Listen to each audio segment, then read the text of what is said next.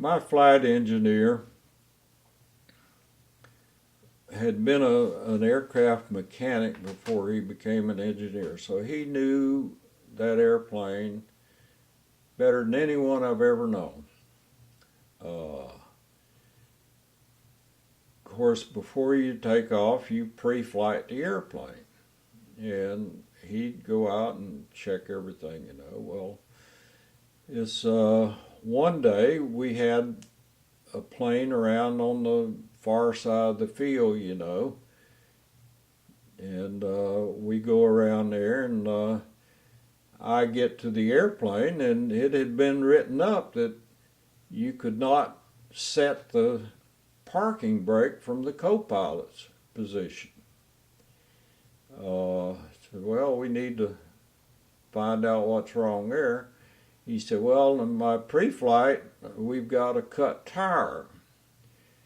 And he said, I've called for a tire change crew, and they came, and they were getting ready to change the tire.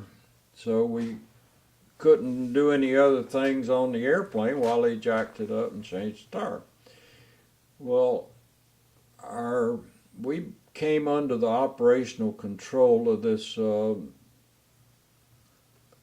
don't know what the number was, but for this detachment or whatever, and the colonel in charge was either Colonel Stevens or Stevenson, and he drove a Air Force blue Jeep. So while we're waiting on him to change the tire, the little blue Jeep drives up. And he said, what's wrong? And I said, we got a cut tire, and they're going to change it. So he goes over to my engineer and said, well, how do you check a cut tire anyway? How do you know a tire check? So he takes him over and shows him, says, you can see that there's a cut in the tire, and if it's down so far, it has to be changed.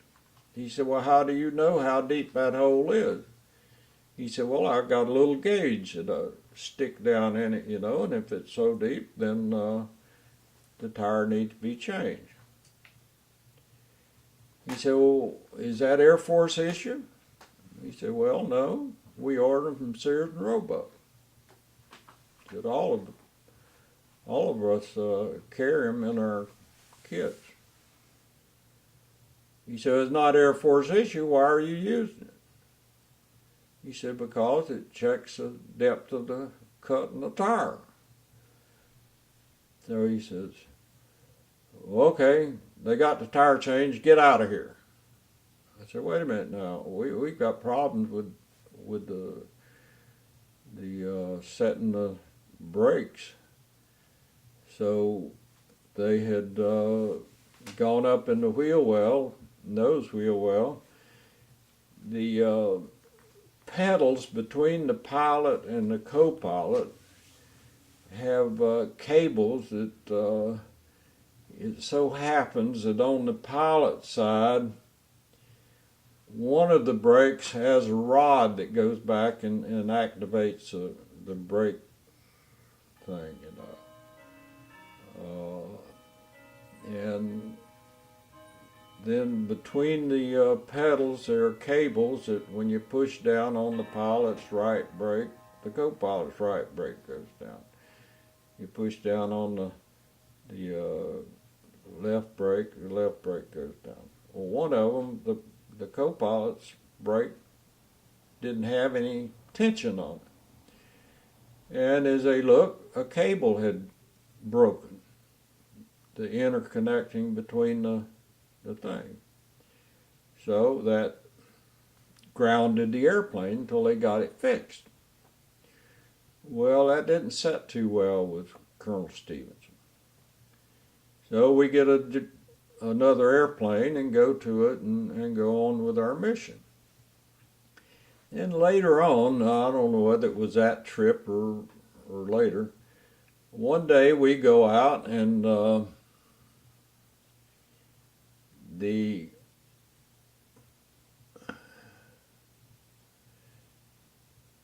there were several things wrong with the airplane.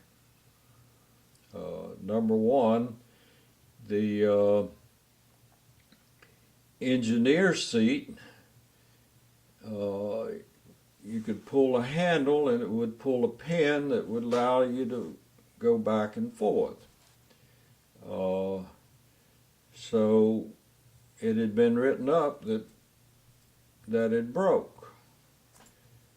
So the ground crew had taken a piece of baling wire and wired the handle down to where the pin went in the hole, and but you couldn't move the seat back and forth.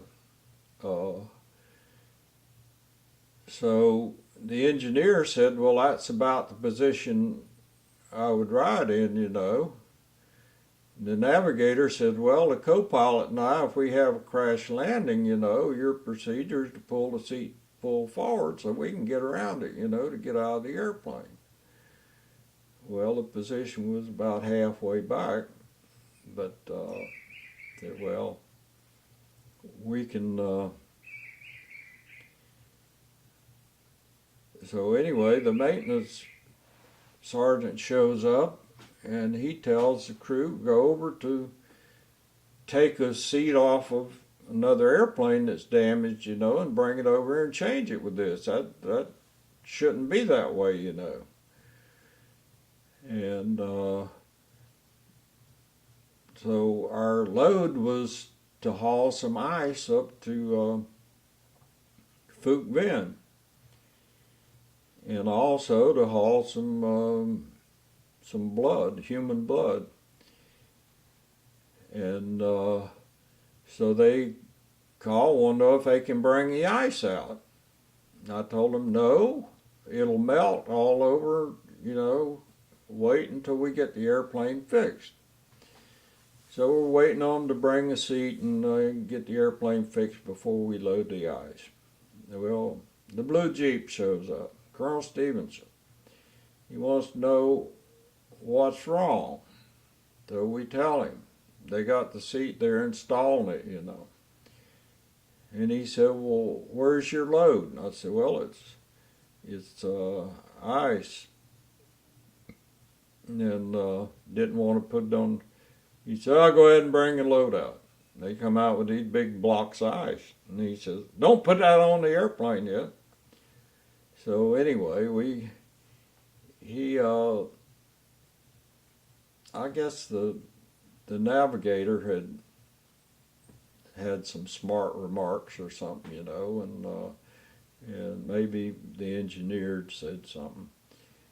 But so we go ahead and take off.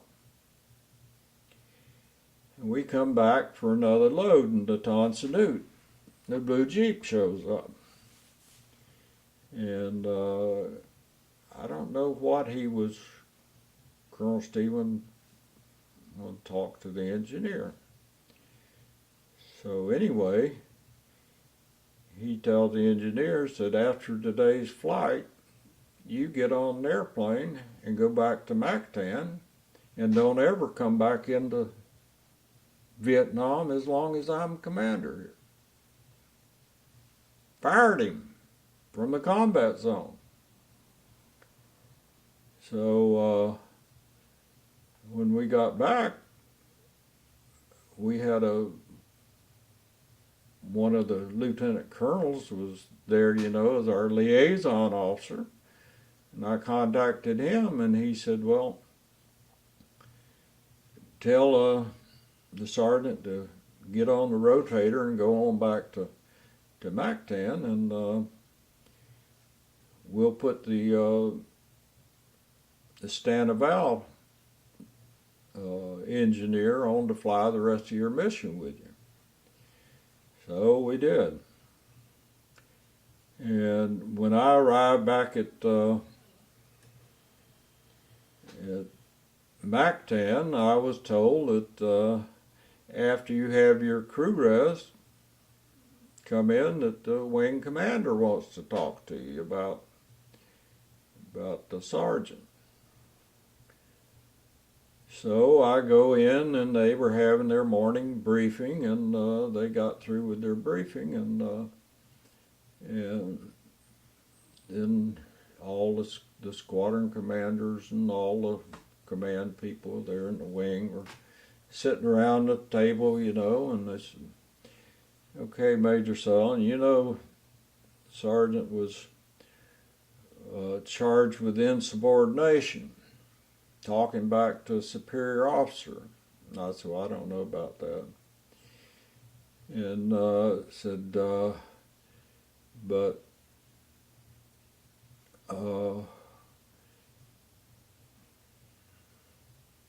just wanted to let you know that we're going to clear him to go back in country with you." I said, "Colonel, do you want to know what the hell's going on?" He said, "What do you mean?" I said, "We go in there, this guy is trying to make a name for himself. He's trying to get the longest list of on-time departures ever, So everybody is push to get out and get off on time. It doesn't matter. If you taxi out on time or ahead of time, you can taxi out an hour or 2 hours ahead of time, that's an on-time departure. You can taxi to the end of the runway and abort the airplane and come back, and that's still an on-time departure. You can take an airplane that's sick and go out and get it off and land at another base to get it fixed. That's an on-time departure. Boy, it's up in the hundreds, I said, everybody's been pushed to the brink. Sooner or later, it's going to catch up with us. And that's what we're under in country. And he said, "Well, I didn't realize that." I said, "I want aircraft commander to come in and brief me how things are for a while, find out what things are." So the next trip in the country, the sergeant goes back in as my engineer. We go and we fly one mission and come back, and so we go up to the officers club and I caught transport up the officers club, and he's waiting on transport out there, So get up to the officers club, and one of the guys come in and said, "Major Sutherland, your engineer's out here." And I went out to see what was wrong. He said, Colonel Stevens came up, said, "What the hell are you doing back in the country? I fired you from this combat zone. Get your ass on the airplane, get out of here." And I said, "Sergeant, go get your crew rest. We'll see if we can get it straightened out." So at the table having coffee was our liaison officer. And I told him, he said, "That vindictive son of a bitch," said, "he's just doing that for spite, Said, "He can't do that. Tell the sergeant to stay here and do his missions, So we did, but every time we'd go out to go, the little blue Jeep would show up, sit over there and watch everything we did. So along comes one day, our airplane that we have is over on Charlie Ramp, a different parking area than the normal ramp. We get over there, engineer's already been out there, got a cut tire. Got to have a tire change. It's already been called in. Bring a tire, change it. Our load was to be picked up at a different ramp. So, Blue Jeep drives up. Colonel Stevens says, "You're supposed to go over the Rebel ramp to pick up your load." I said, "Yeah, we're waiting on the tire change crew." He said, "Well, you can go on over there and they can change the tire over there, and then they can go ahead and get you ready to load." So here the airplane is on a red X, which means it's not supposed to be flown. I don't know whether it's not supposed to be moved. You know, what happens if this tire blows out while I'm taxiing over there? Do I get blamed for a damn accident or what? You know. So anyway, we risk it. Go ahead and taxi over there. Well, of course, the blue Jeep hangs around, and little airmen down there changing the tire and everything. They get the tire changed. We get the airplane loaded, and our load was to go down to Soc Trang. On the way down to Soc Trang, I tell the co-pilot, I said, now I'll show you a real short field landing. A nice little runway down at Soc Trang, a paved runway. And they had some forward air control airplanes down there. It was an Army base. And some helicopters and stuff. So I come in, I must touch down on the first 10 feet of the runway, pull the engines into reverse, held the nose gear off. As soon as the nose gear touched, I stood on the brakes, and we started, and one of the helicopter pilots over there points side the runway and points like that, you know, and puts his thumb down. And the airplane starts vibrating. Oh shit, we've blown a tire.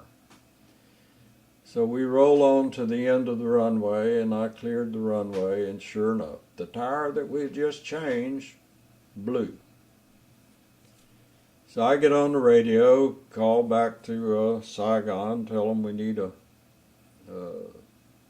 tire and a jack and tire change crew, you know, to come down and change the tire. So they come down, and as the mechanic's changing the tire, he said, you know why that tire blew? I said, no, why? He said, they didn't re-hook up the anti-skid device. So when I stood on the brakes, I locked the brakes on that tire and blew it. Whereas if it had been hooked up right, you know, it would have come to a stop without blowing the tire. So I get back to Saigon, I walk into operations, and behind the counter they have these operational hazard reports. I said, give me one of those OHRs. They said, oh, okay, what's wrong? I said, you'll find out. So I write all this down, that here we are, you know, have to have a tire change. The blue Jeep is hovering over us. The little airman he not only has to sign it off, but a chief master sergeant has to sign off that repair work. But evidently nobody checked it. They didn't hook up the thing because everybody's being pushed so hard. So I said, other than superior skill and everything, you know, the airplane could have been lost, the crew could have been lost, and all this other stuff, you know. But it all could have been avoided if people weren't under so much pressure, you know, that they could go ahead and do their job without being pushed so hard.